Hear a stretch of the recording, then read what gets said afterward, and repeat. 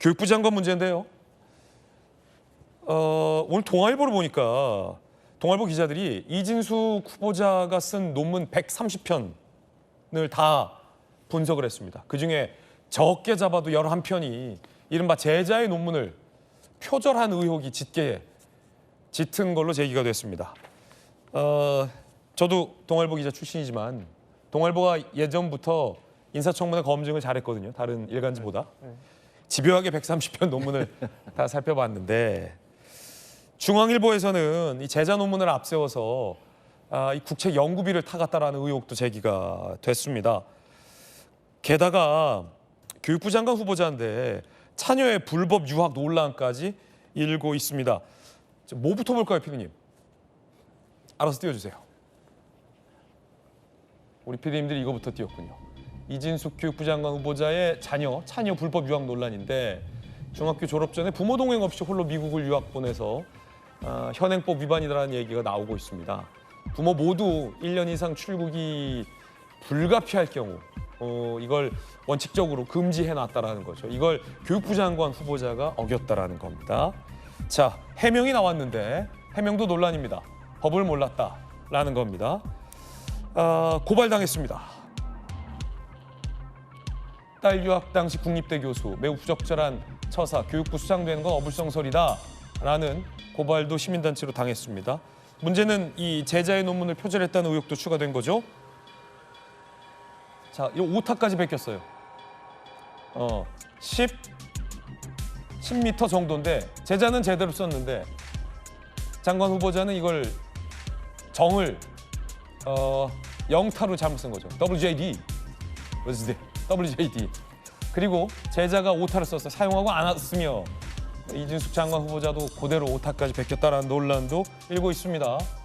자, 오늘 동아일보가 140편 논문을 다 분석했어요.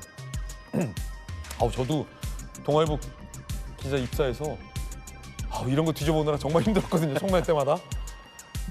후배 기자들이 이걸 다 지금 뒤져본 건데. 진짜 열심히 했네요. 예, 역효과를 초래하고 초래죠. 근데 이제 장관 후보자가 오타까지 다 그대로 베꼈었다라는 겁니다. 130편을 살펴봤는데 최소 11편이 제자 논문을 표절했다는 의혹을 동아일보는 제기하고 있습니다. 교수님 계셔서 얼마나 많은 논문 심사를 하셨습니까? 본인도 얼마나 많은 연구 논문을 발표했습니까? 김근식 교수님. 동아일보 분석에 따르면 표절률이 어떤 논문은 굉장히 높아요. 40% 후반까지 달하는 표절률도 나왔는데 오타까지 지금 중복됐고 이건 베낀 겁니까? 안 베낀 겁니까? 교수님. 다 베낀 정도가 아니라요. 저건 제 생각에는 파일을 받은 거예요. 아니면 파일을 갖고 있었던가. 그렇지 않고 저걸 어떻게 다 일일이 쳐가겠습니까? 그러니까 저는 이게 굉장히 악질적인 게 사실은 예전에 이 학계에서도 연구윤리에 대해서는 굉장히 엄격하지 않았기 때문에 옛날에는 남의 것들을 옮겨오면서도 이 쿼테이션을 잘 안 한 경우가 많이 있었어요. 그러니까 남이 쓴 내용을 옮겨오는데 이건 누구 거에서 어디에서 베낀 겁니다라고 이 인용을 해줘야 되거든요. 근데 그걸 잘 안 했던 정도가 있었는데 2007년부터 교육부에서 연구윤리 지침을 딱 만듭니다. 그리고 그때부터는 2007년 이후부터는 모든 학계 그리고 실제로 그 대학에 있는 연구업체뿐만 아니라 그 대학에 있었던 사람이 어디 공무원에 되거나 아니면 공직에 들어갈 때 그 연구윤리에 대한 지침이 굉장히 강화됩니다. 네네. 근데 이게 전부 2007년 이후에 나온 논문들이에요. 저는 그게 굉장히 심각하다고 봅니다. 아예 2007년 이전 그래 그때는 학계가 좀 엄격하지 않았으니까 넘어갈 수 있는 일이라고 쳐도 문제가 되는 건데 이건 2007년 이후의 논문들입니다. 저는 그 부분에서 깜짝 놀랐어요. 충남대 교수라고 총장까지 하셨다는 분이 2007년에 전국적으로 교육부가 연구윤리 지침을 딱 만들어가지고 그게 따르라고 했는데도 불구하고 저렇게 했다는 게 저는 정말 도덕적 해이가 크다는 생각이 들고요. 두 번째는 아까 말씀드린 것처럼 저게 오타까지 옮겼었다는 것은 그걸 자기가 쳐 넣는 정성조차도 없었다고 봅니다. 저는 그냥 파일을 받아서 복사해서 붙인 거죠. 저는 그렇게 볼 수밖에 없는 상황이고 더 악질적인 것은 저렇게 해서 또 연구비까지 받았다는 또 의혹도 제기가 되고 있어요. 오늘 또 중앙일보가 썼는데 네. 그 내용 함께 보시죠. 보면서 김근식 교수님 이야기 한번 들어보겠습니다. 제자의 연문을 요약해서 연구비를 수백만 원 수령을 했다. 그런데 이 제자를 일저자로 올려주지도 않았다라는 부분이 지금 논란입니다. 이 부분이죠? 그렇죠. 그러니까 저게 이제 저분이 공대 출신이기 때문에 공대는 실험실을 운영하면 그 실험실에서 역할을 주고 역할과 관련된 걸 석사 논문을 쓸 수 있어요. 그러면 공동 저자가 들어갈 수는 있습니다. 근데 저분이 하는 것을 보면 저렇게 똑같은 걸 복사해서 붙여놓고 오타까지 그대로 베껴 쓰면서 돈까지 탔었는데 그 제자 이름을 안 썼다는 거 아닙니까?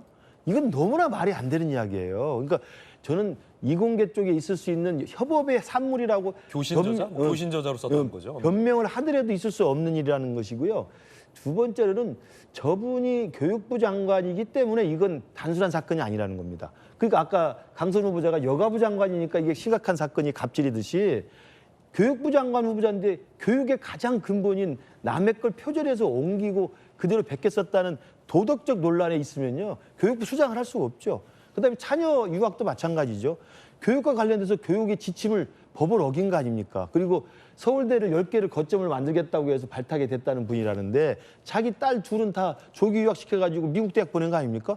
그러면서 무슨 국내 거점 대학 만들고 서울대 10개 대학을 만듭니까?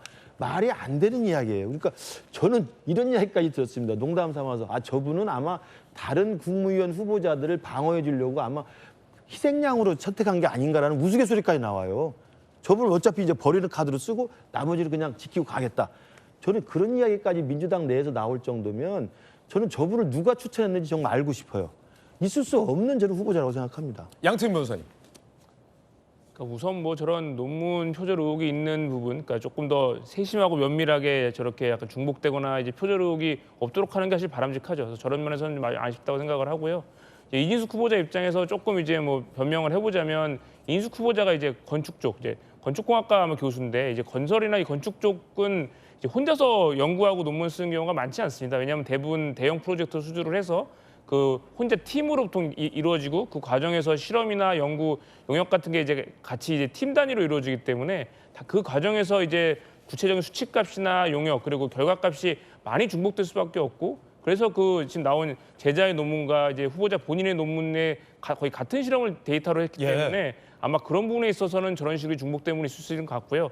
다만 이제 뭐 저렇게 오타라든가 뭐 저런까지 한 것은 저건 당연히 표절의 문제가 있죠. 그러니까 저런 부분에 있어서는 이인숙 후보자가 그러니까 빨리 본인이 조금 더 세심하고 면밀하지 살피지 못했다는 거에 대해서는 좀 사과하거나 할 거는 털어야 된다고 생각을 하고요.